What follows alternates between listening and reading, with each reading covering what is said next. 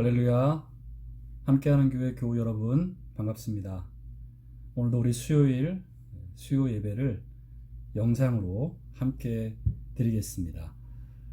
우리 오늘도 먼저 찬양을 하나님 앞에 영상을 통해 함께 드리겠습니다.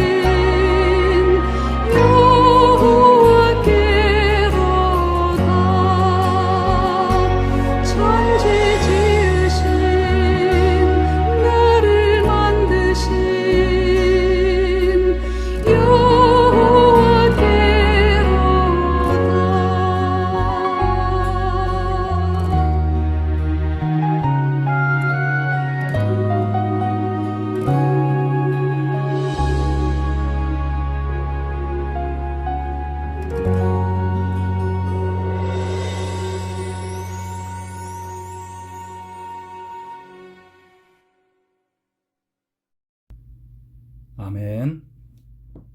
이제 함께 신앙 고백 드리겠습니다. 전능하사 천지를 만드신 하나님 아버지를 내가 믿사오며 그 외아들 우리 주 예수 그리스도를 믿사오니 이는 성령으로 잉태하사 동정녀 마리아에게 나시고 본디오 빌라도에게 고난을 받으사 십자가에 못 박혀 죽으시고 장사한 지 사흘 만에 죽은 자 가운데서 다시 살아나시며 하늘에 오르사 전능하신 하나님 우편에 앉아 계시다가 저리로서 산자와 죽은 자를 심판하러 오시리라. 성령을 믿사오며 거룩한 공회와 성도가 서로 교통하는 것과 죄를 사하여 주시는 것과 몸이 다시 사는 것과 영원히 사는 것을 믿사옵나이다. 아멘. 기도드리겠습니다. 하나님 아버지, 오늘도 저희들에게 새날 새 하루 주신 것 감사드립니다. 한 주간의 3일째 우리가 수요일에 다시 한번 하나님을 예배합니다.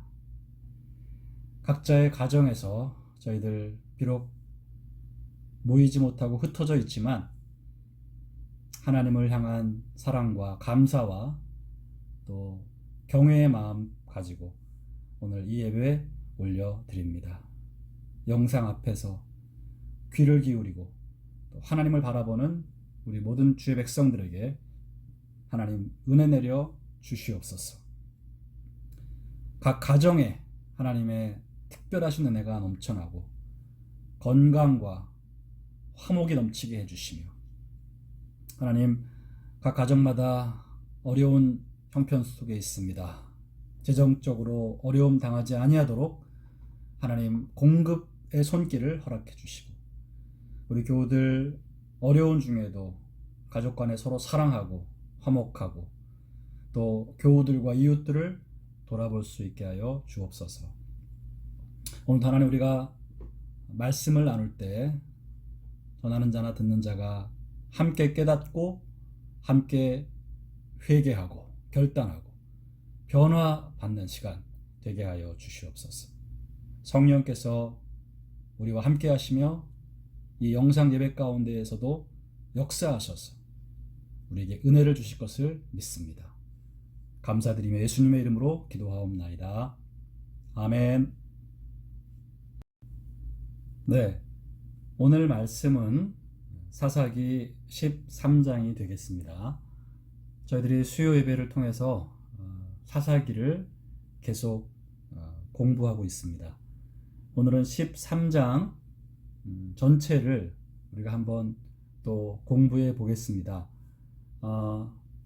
이 13장, 사사기 13장은 여러분 우선 삼손에 대한 이야기입니다. 여러분이 삼손 아마 잘 아실 겁니다.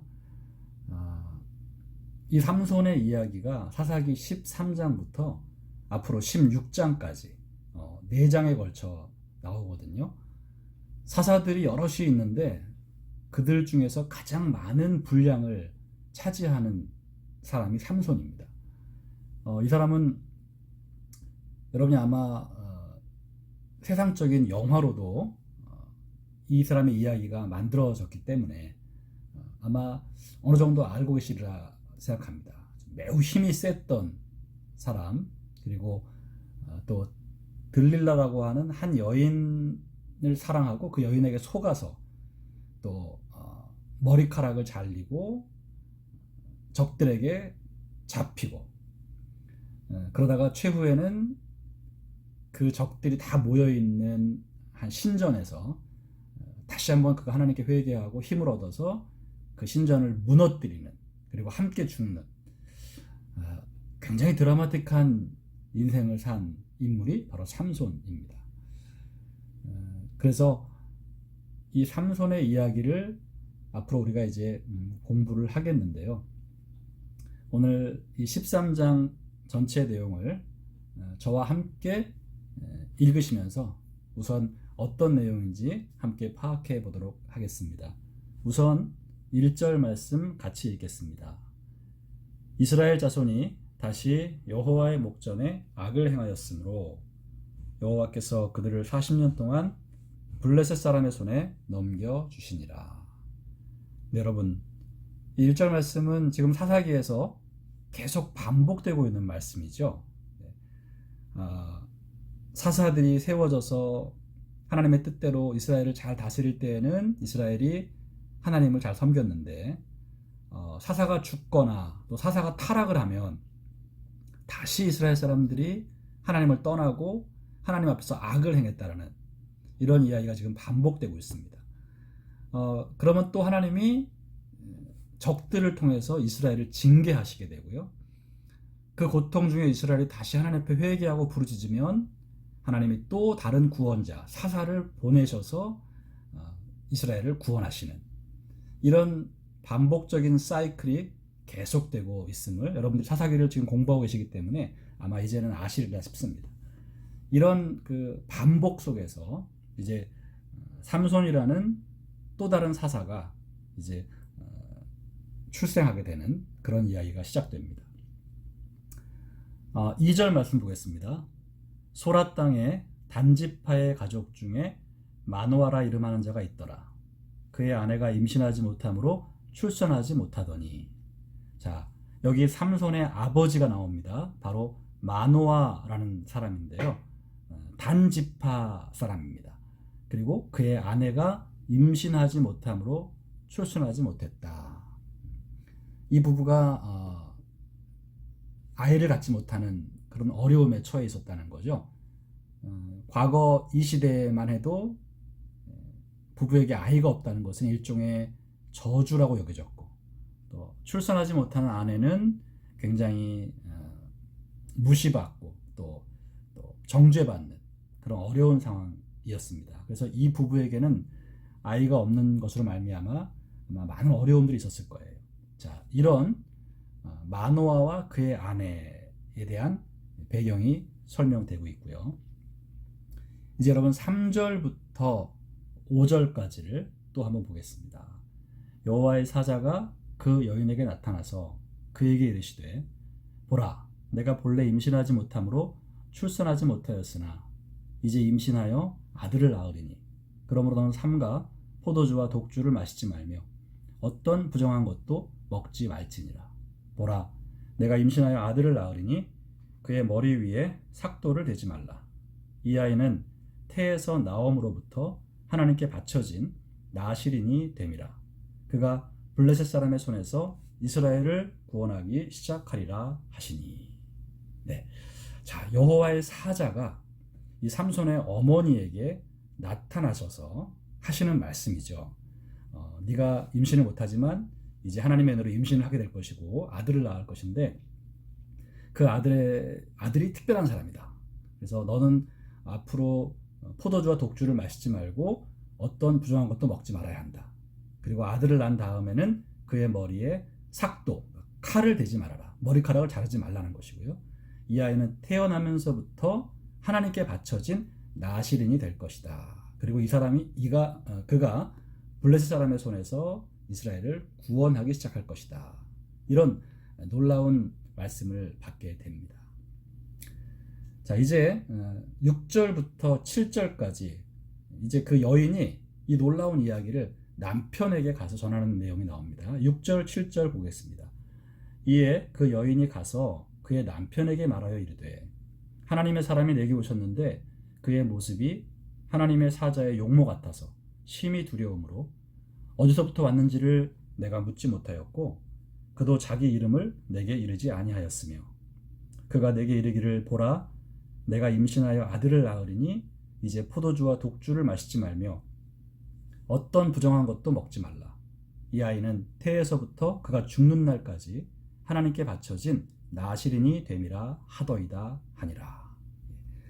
이 아내가 남편에게 가서 이 놀라운 이야기를 잘 전달을 한 내용입니다.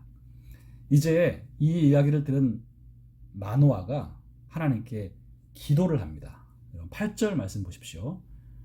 마노아가 여호와께 기도하여 이르되, 주여 구하옵나니 주께서 보내셨던 하나님의 사람을 우리에게 다시 오게 하사 우리가 그 낳을 아이에게 어떻게 행할지를 우리에게 가르치게 하소서 하니. 네. 하나님 다시 그 사람을 좀 우리에게 보내주십시오. 자기가 못 만났기 때문에, 아내만 만났기 때문에 다시 보내주셔서 우리가 그 낳을 아이에게 어떻게 행할지를 가르쳐 주십시오. 이런 기도를 올리는 내용이고요. 이제 하나님 여러분 이 마노아의 기도를 응답하시고요.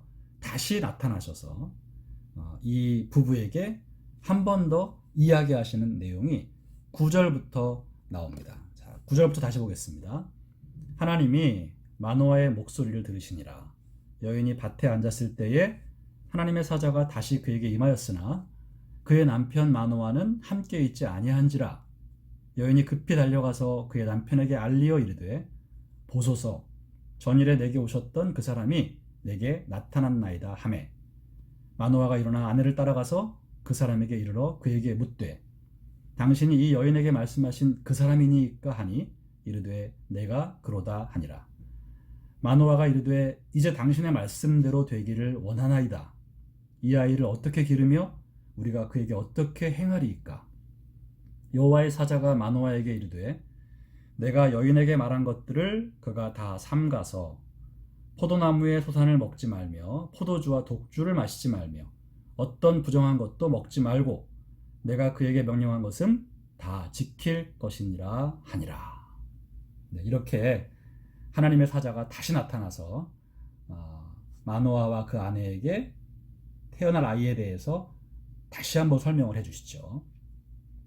이제 이 이야기를 들은 마노아가 이 사람이 아주 굉장히 귀한 사람이라는 것을 알고 대접을 하려고 합니다. 접대를 하는 거죠. 자, 15절에 보시면 마노아가 여호와의 사자에게 말하되 구하옵나니 당신은 우리에게 머물러서 우리가 당신을 위하여 염소 새끼 하나를 준비하게 하소서. 네, 당시 여러분 염소는 아주 귀한 손님을 대접하는 귀한 음식 중에 하나였다고 합니다. 이 사람들은 보통 이렇게 유목민들이었고 유목 생활을 하는 과정에서 염소는 굉장히 중요한 재산이었다고 합니다. 그래서 자신의 장막에 아주 귀한 손님이 왔을 때 하룻밤 머물게 하고 또 염소를 잡아서 대접하는 이런 것이 고대 중동 사회의 그런 손님을 접대하는 관습이었다고 합니다. 마노아가 너무 좋은 소식을 전해주는 사람이다 보니까 이 사람을 극진히 섬기고 싶었습니다. 자, 그러자 이제 여호와의 사자가 마노아에게 이렇게 말합니다. 16절에 여호와의 사자가 마노아에게 이르되 내가 비록 나를 머물게 하나 내가 내 음식을 먹지 아니하리라. 번제를 준비하려거든 마땅히 여호와께 드릴지니라 하니 이는 그가 여호와의 사자인 줄을 마노아가 알지 못함이었더라. 예, 네가 음식을 준다고 하지만 내가 먹지는 않을 것이고 네가 번제를 드리려고 한다면 마땅히 여호와께 드려라. 이렇게 말을 합니다. 이때까지 마노아는 자신에게 나타나서 말씀하시는 그 여호와의 사자가 그냥 인간인 줄 알았어요. 인간 중에서 아주 귀한 하나님이 보내신 어떤 사람이라고 생각을 했었는데 이제 그 생각이 바뀝니다. 17절 말씀 보면 마노아가 또 여호와의 사자에게 말하되 당신의 이름이 무엇이니까 당신의 말씀이 이루어질 때에 우리가 당신을 존귀히 여기리이다.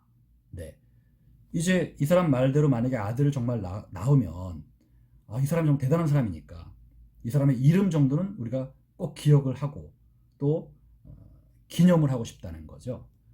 그러자 18절에 여호와의 사자가 그에게 이르되 어찌하여 내 이름을 묻느냐 내 이름은 기묘자라 하니라. 네, 여호와의 사자가 나의 이름은 기묘자다 이렇게 얘기를 합니다. 19절 이에 마노아가 염소 새끼와 소제물을 가져다가 바위 위에서 여호와께 드리매 이적이 일어난지라. 어떤 이적인지 그 내용이 나옵니다. 마노아와 그의 아내가 본즉 20절에 불꽃이 제단에서부터 하늘로 올라가는 동시에 여호와의 사자가 제단 불꽃에 휩싸여 올라간지라. 마노아와 그의 아내가 그것을 보고 그들의 얼굴을 땅에 대고 엎드리니라. 예. 바위 위에다 이제 음식을 놓고 또 재물을 놓았는데 거기에 불꽃이 임하고 그 불꽃이 하늘로 올라가는 동시에 자신들에게 말했던 그 사람이 그 불꽃과 함께 휩싸여 올라가는 모습을 본 거예요. 이때 마노아와 아내는 깜짝 놀랍니다. 그냥 사람인 줄 알았는데 이게 사람이 아닌 거죠. 그래서 갑작스러운 두려움과 또 어떤 경외심에 그들이 얼굴을 땅에 대고 엎드리는 이런 상황이 됐습니다. 자, 이렇게 이제 여호와의 사자가 2번 나타나서 이들에게 자세히 설명을 해주고 또 자신들이 보는 앞에서 놀라운 기적을 행하고 사라졌죠. 이제 이 마노아와 아내의 대화가 이어집니다. 21절 여호와의 사자가 마노아와 그의 아내에게 다시 나타나지 아니하니 마노아가 그제야 그가 여호와의 사자인 줄 알고 그의 아내에게 이르되 우리가 하나님을 보았으니 반드시 죽으리로다 하니. 네, 당시에 이스라엘 사람들에게는 하나님을 직접 만나면 우리는 죽는다라는 그런 개념이 있었어요. 그래서 하나님을 이렇게 만나는 사람들이 다 하나같이 두려워하고 놀라고 죽음의 공포에 휩싸이는 이런 경우가 있었습니다. 자, 이렇게 마노아도 그냥 나는 아주 귀한 사람인 줄 알았는데 사람이 아니었고 이걸 보니까 이분은 하나님이셨다. 그래서 내가 하나님 봤으니까 우리는 이제 죽나 보다. 이렇게 두려워 떨었습니다. 그때 여러분 그 아내가 아주 지혜로운 대답을 하는데요. 23절 보시면 그의 아내가 그에게 이르되 여호와께서 우리를 죽이려 하셨더라면 우리 손에서 번제와 소제를 받지 아니하셨을 것이요 이 모든 일을 보이지 아니하셨을 것이며 이제 이런 말씀도 우리에게 이르지 아니하셨으리이다 하였더라. 네.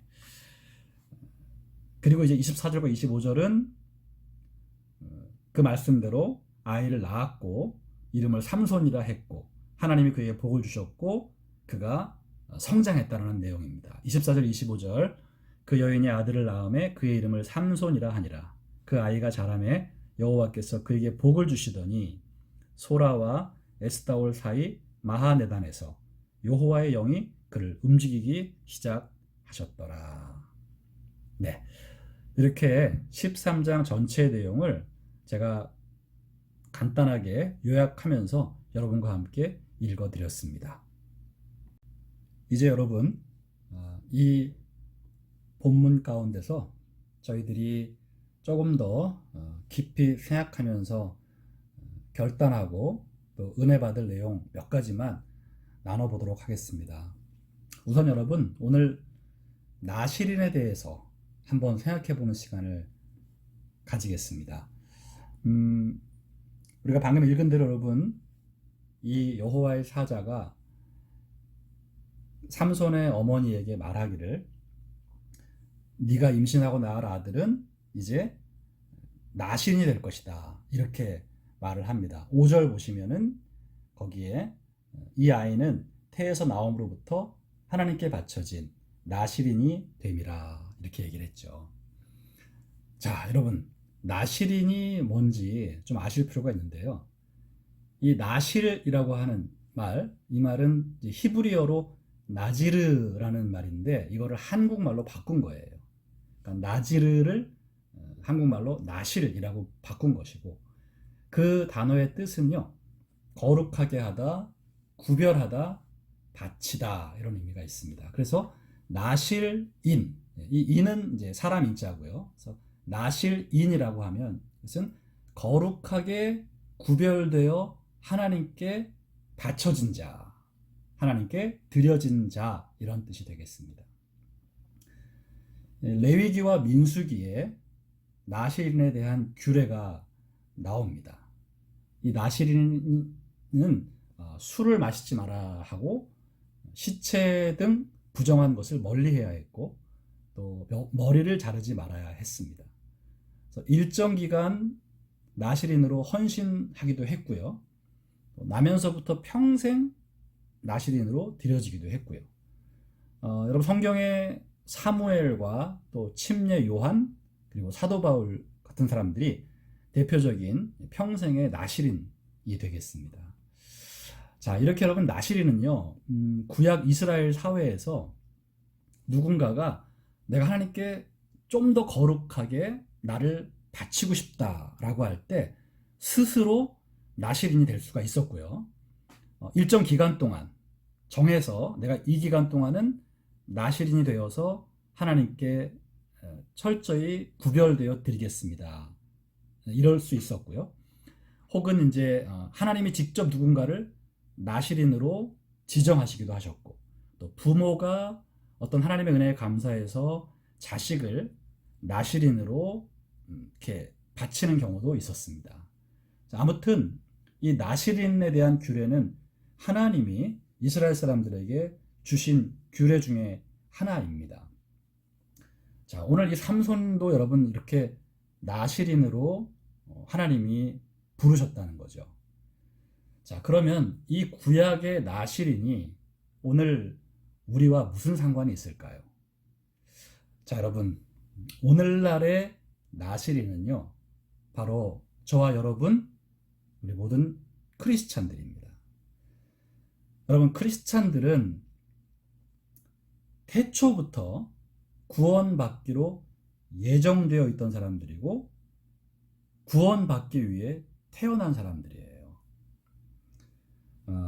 여러분, 당신은 사랑받기 위해 태어난 사람, 이런 찬양 있죠. 근데 사실은 그 말은 당신은 구원받기 위해 태어난 사람이라는 말과 같은 말이에요.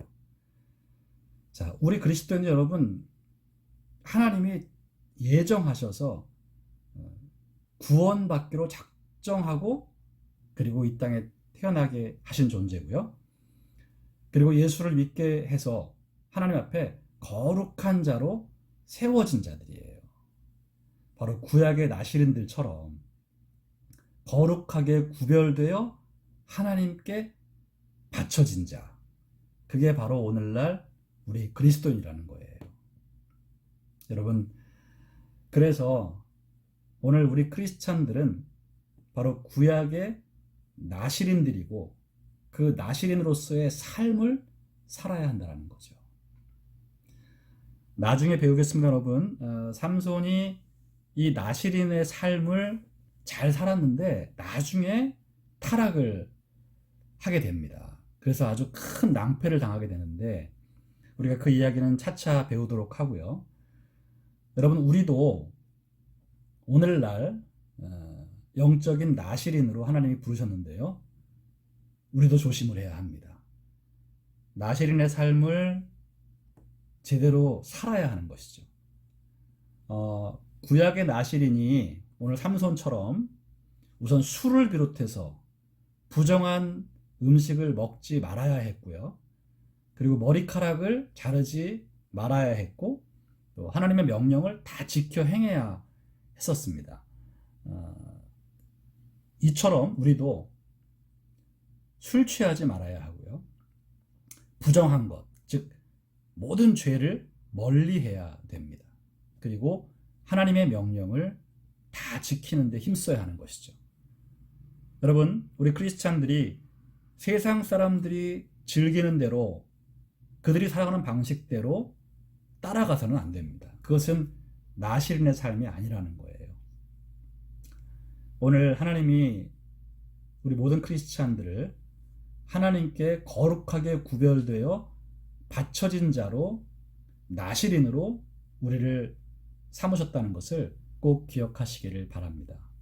그래서 오늘 이 삼손이 나시린으로 태어났다라는 이야기를 통해서 저와 여러분들이, 이게 남 얘기가 아니라 바로 나의 이야기라고 생각을 하셔야 되겠습니다. 그래서 오늘 여호와의 사자가 이 나시린으로서의 삶을 어떻게 살아야 되는지 말씀해 주신 내용을 여러분들이 다시 한번 꼭 기억하시기를 바라요. 14절을 보시면 포도나무의 소산을 먹지 말며 포도주와 독주를 마시지 말며 어떤 부정한 것도 먹지 말고 내가 그에게 명령한 것은 다 지킬 것이니라. 이게 삼손에게 가르쳐야 되는 것이라고 하나님이 말씀해 주신 거죠. 바로 이러한 부분을 저와 여러분들이 나의 삶에 적용을 해서 내가 정말 하나님 말씀대로 술 취하지 않고 죄를 멀리하고 그 말씀에 순종하며 살아가는 삶을 살아야 되겠다. 그렇게 나시린의 삶을 살아갈 때 하나님이 그들의 삶을 복주시고 인도하실 것이라는 것, 여러분 꼭 기억하시기를 주님의 이름으로 축원드립니다. 그리고 여러분, 두 번째로 우리가 또 본문에서 함께 생각해 볼 내용은 이 아버지 마노아의 믿음과 또 자녀 교육에 대한 자세를 좀 본받아야 한다는 것입니다. 여러분 8절 말씀 보시면 마노아가 여호와께 기도하여 이르되 주여 구하옵나니 주께서 보내셨던 하나님의 사람을 우리에게 다시 오게 하사 우리가 그 낳을 아이에게 어떻게 행할지를 우리에게 가르치게 하소서. 여러분, 이 마노아는 기도하는 사람이었어요.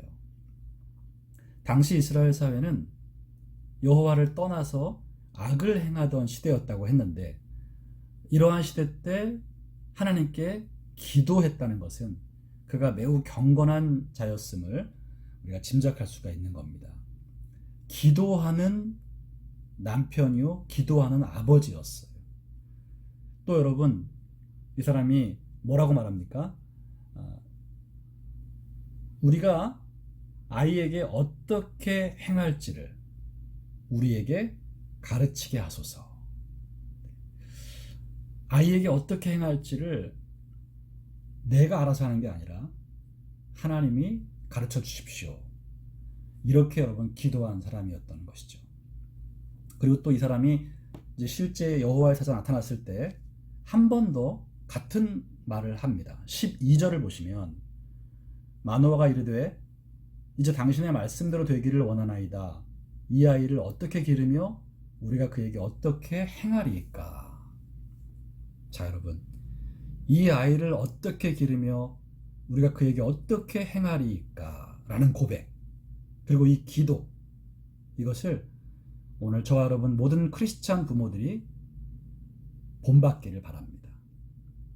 우리가 매일 이렇게 기도해야 되겠습니다. 하나님, 우리 아이를 어떻게 기르며 우리가 부모로서 그에게 어떻게 행해야 할까요? 매일 이렇게 기도하는 부모가 되시기를 바랍니다. 자녀들을 위해 기도하는 것 물론 중요하지만 그와 함께 하나님, 제가 부모로서 어떻게 해야 될까요? 이 아이를 어떻게 기르며 그에게 어떻게 행해야 할까요?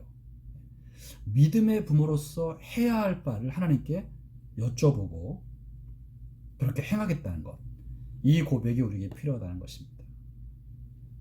다시 말해서 여러분, 우리가 자녀들을 이제 하나님께 맡기는 것은 다 대부분 하시는데 내가 크리스찬 부모로서 자녀에게 어떻게 행해야 될지에 대해서는 별로 기도하지 않고 고민하지 않는 분들이 많다는 거예요.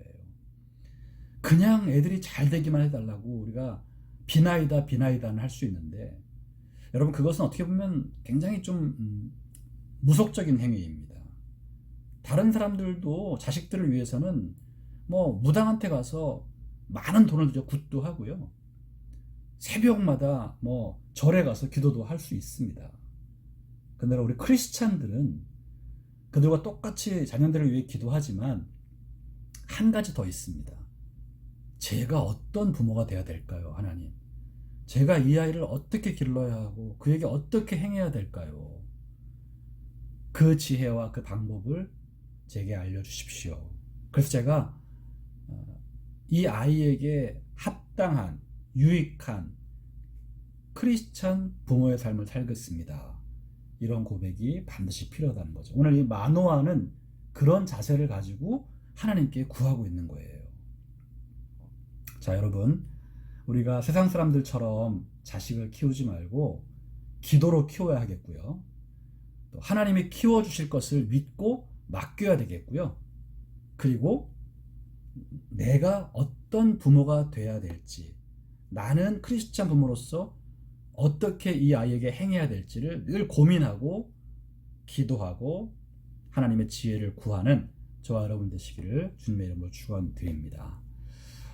여러분, 정말 자녀를 키우는 문제는 매우 어려운 것 같아요.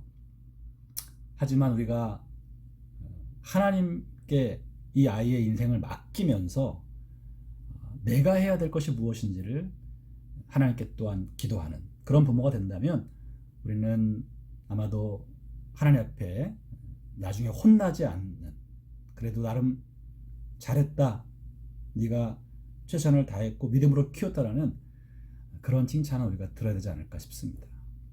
저는 이 자식을 키우는 문제를 생각하다 보면 이 찬양이 자꾸만 떠오르고요. 또 이 찬양을 제가 믿음으로 고백할 때가 있습니다. 바로 요게벳의 노래라는 찬양이에요. 여러분, 이미 제가 예배를 통해서 몇 번 이 찬양을 함께 나눴기 때문에 잘 아시리라 싶습니다. 모세의 어머니였던 요게벳. 근데 모세를 낳았는데 당시 애굽 사람들이 이 히브리 남자애들을 다 죽이라고 했기 때문에 이 아들을 더 이상 키울 수 없게 된 상황. 그래서 죽일 수는 없고 이 아이를 나일 강가에 갈대 상자에 넣어서 흘려보내죠. 흘려보내면서 이 아이의 인생을 하나님께 맡기는 그런 믿음의 기도를 이 요게벳이 했거든요. 바로 그 부분을 이제 노래로 만든 곡, 우리 잠깐 그 찬양 한 곡 듣고 말씀을 계속 이어가도록 하겠습니다.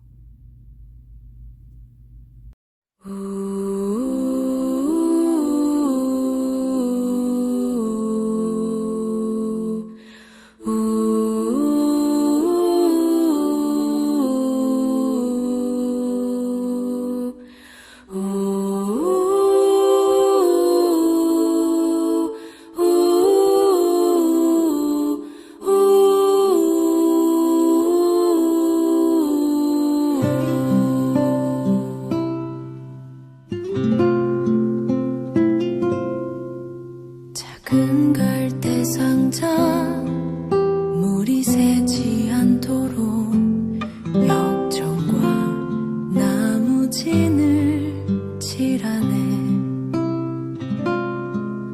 어떤 맘이었을까 그녀의 두 눈엔 눈물이 흐르고 흘러 동그란 눈으로 엄마를 보고 있는 아이와 입을 맞추고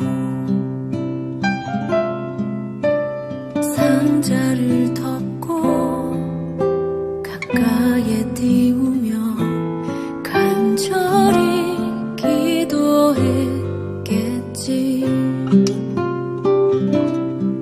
정처없이 강물에 흔들흔들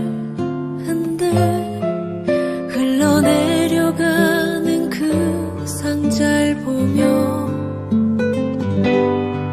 눈을 감아도 보이는 아이와 눈을 맞추며 주저앉아 눈물을 흘렸겠지.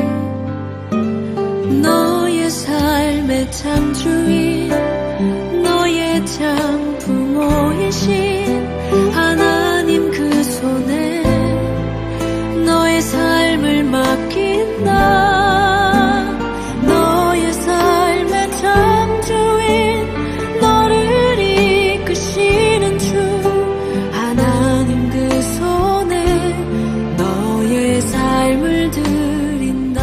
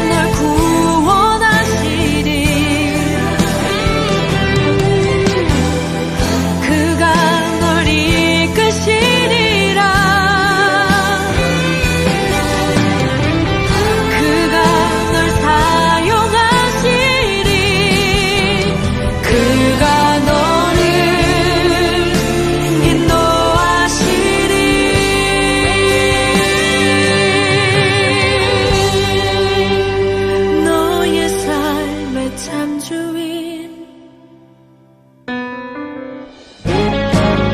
너의 삶의 참주인 너의 참 부모이신 하나님 그 손에 너의 삶을 맡긴다 너의 삶의 참주인 너를 이끄시는 주 하나님 그 손에 너의 삶을 드린다 너의 삶의 참주인 너의 참 부모이신 하나님 그 손에 너의 삶을 맡긴다 너의 삶의 참주인 너를 이끄시는 주 하나님 그 손에 너의 삶을 드린다 어떤 마음이었을까 그녀의 두 눈엔 눈물이 흐르고 흘러